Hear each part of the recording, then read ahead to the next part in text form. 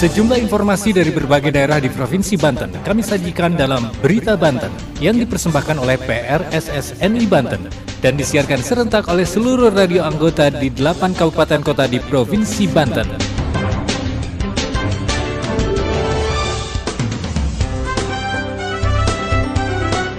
Anda kembali bersama kami di Berita Banten PRSSNI Banten edisi hari ini, Selasa 24 Oktober 2023. Sejumlah informasi dari berbagai wilayah di Provinsi Banten kami hadirkan kembali untuk Anda yang disiarkan serentak oleh seluruh radio anggota di 8 kabupaten kota di Provinsi Banten. Dan inilah informasi utamanya. Memperingati Hari Santri Nasional, pejabat Gubernur Banten ajak santri terus belajar mendalami agama untuk bekal utama menjadi seorang pemimpin.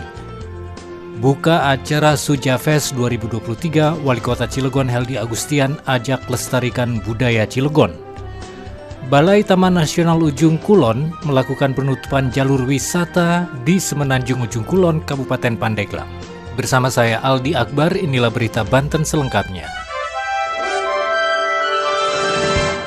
Pendengar, Balai Taman Nasional Ujung Kulon atau BTNUK melakukan penutupan jalur wisata atau trekking di Semenanjung Ujung Kulon, Kabupaten Pandeglang. Penutupan jalur wisata ini dalam rangka melindungi habitat badak Jawa. Taman Nasional Ujung Kulon merupakan salah satu dari 5 taman nasional pertama di Indonesia yang masuk dalam World Heritage tahun 1991.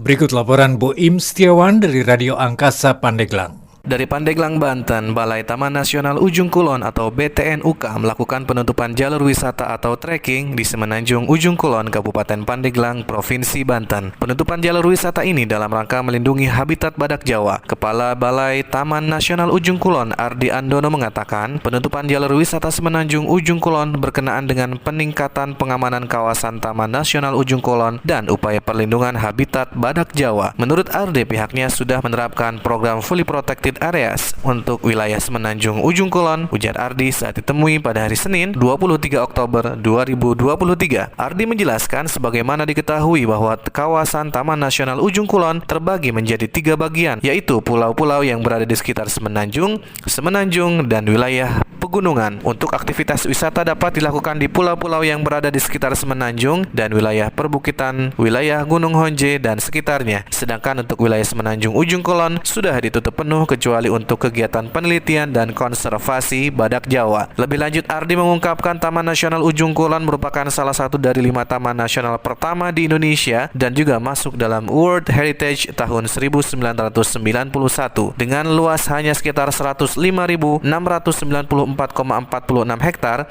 menjadi habitat terakhir untuk badak Jawa di dunia. Maka diperlukan perlakuan khusus untuk melindungi badak Jawa dan habitatnya. Dari 98,9 Angkasa Radio Pandeglang, Boim Setiawan mengabarkan untuk Berita Banten. Pendengar, Wali Kota Cilegon membuka kegiatan Sujafest 2023 di lapangan Serbaguna Situ Rawa Arum, Kecamatan Grogol, Kota Cilegon. Kegiatan budaya yang diselenggarakan oleh Sanggar Sumur Jambu ini dimeriahkan oleh pentas ubrug, tari lenggang Nusantara dan musik kontemporer. Dalam sambutannya, Heldi Agustian memberikan apresiasi atas digelarnya Sujafest 2023 yang digelar di kawasan Situ Rawa Arum, sehingga selain menjadi wahana pelestarian budaya, juga dapat lebih mengenalkan kawasan Situ Rawa Arum kepada masyarakat sebagai salah satu pusat wisata di kota Cilegon. Berikut laporan Riza dari KIS FM Cilegon. Wali Kota Cilegon Heldi Agustian membuka acara Sojafest 2023 di panggung Serbaguna Situ Rawa Arum, Kelurahan Grogol, Kecamatan Grogol pada Sabtu 21 Oktober 2023 malam. Sojafest merupakan pagelaran teater tradisional ubruk, seni tari dan musik kontemporer, serta bazar kuliner khas masyarakat Rawa Arum yang digagas masyarakat Rawa Arum. Wali Kota Cilegon Heldi Agustian yang didampingi Ketua DPRD Kota Cilegon Isra Mi'raj mengatakan bahwa Soja harus menjelma menjadi idola dalam melestarikan kebudayaan Cilegon. Dalam sambutannya, Heldi mengatakan wajib untuk kami melestarikan kebudayaan sehingga ke depan menjadi idola bagi masyarakat Kota Cilegon dalam bidang seni dan budaya.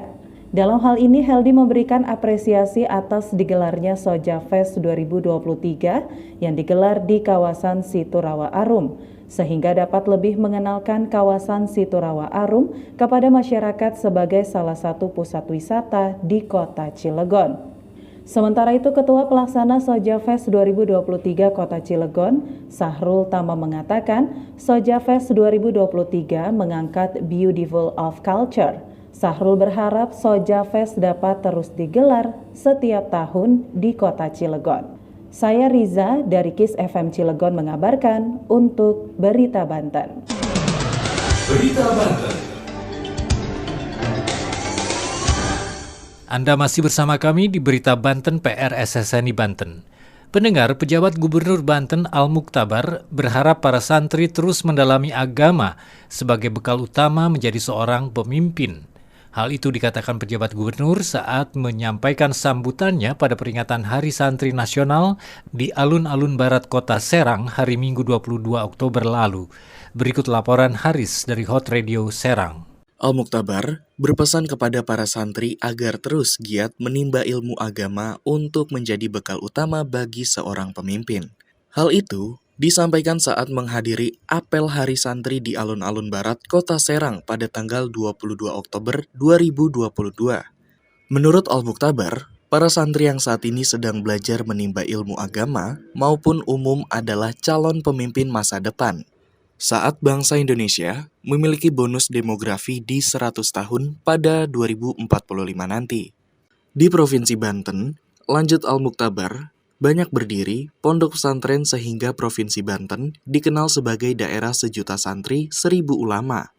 Sampai saat ini, banyak para santri dari berbagai daerah menimba ilmu agama di Provinsi Banten. Santri harus menjadi insan yang cerdas, peduli terhadap sesama, dan siap berkontribusi positif bagi masyarakat dan juga negara. Menurut Al-Muktabar, perjuangan saat ini adalah memerangi kebodohan, ketidakadilan, kemiskinan, dan semua bentuk ketidaksetaraan. Di tengah dinamika global yang terus berubah, santri memiliki peran kunci dalam menjaga keutuhan nilai-nilai keagamaan dan moral dalam masyarakat. Faris dari Hot Radio Serang mengabarkan untuk Berita Banten. Demikian sejumlah informasi yang telah kami sajikan untuk Berita Banten kali ini. Saya Aldi Akbar, sampai jumpa. Terima kasih Anda telah mendengarkan Berita Banten yang dipersembahkan oleh PRSSNI Banten.